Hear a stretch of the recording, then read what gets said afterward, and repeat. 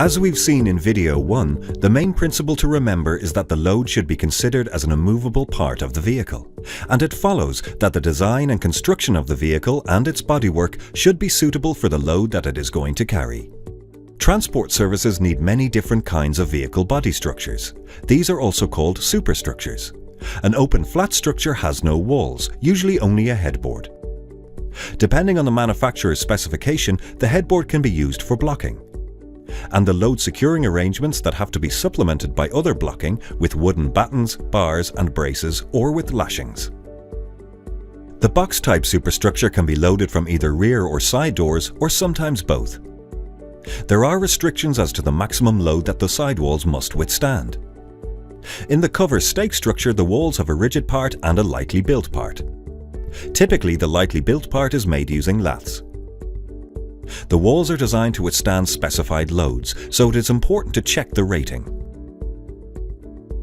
Curtain siders are common types of superstructures that are easy to load and unload. As a general rule, goods carried within curtain-sided vehicles should be secured as if they were being carried on a flat, open-bed vehicle.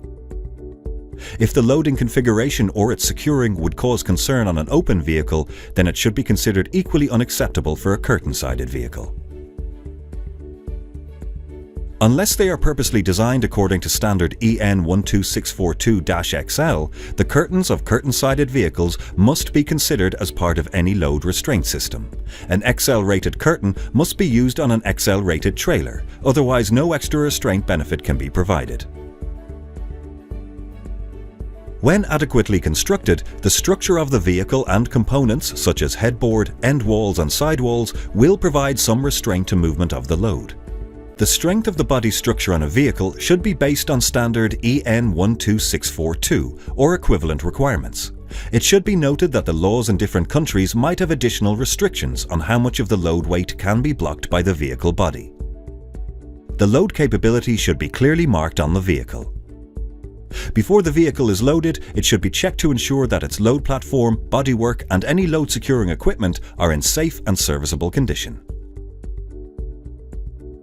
When the load is transported in a vehicle with a headboard with either no rated strength or when it is not stowed tightly against the headboard, then the whole load weight has to be secured against forward movement by lashings.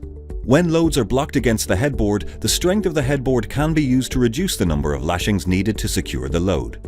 When the load is transported in a vehicle with a rear wall with no strength or when it is not stowed tightly against the rear wall, then the whole load weight has to be secured against backward movement by lashings. When the load is transported in a transport unit without strong sides, the whole load weight has to be secured against sideways movements by lashings. If the vehicle has rigid walls, as in a container, blocking against them is a very good option.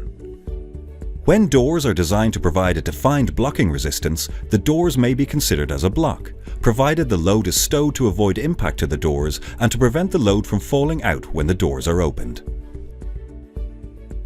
Stanchions should provide transverse blocking against roll forces coming from heavy loads, such as precast concrete, and cylindrical loads, such as steel pipes.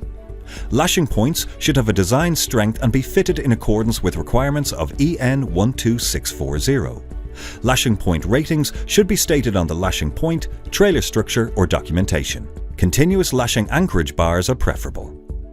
Rope hooks are not designed to be used as lashing points to secure loads.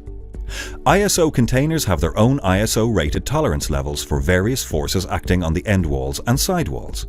They are designed to be carried on trailers with twist locks.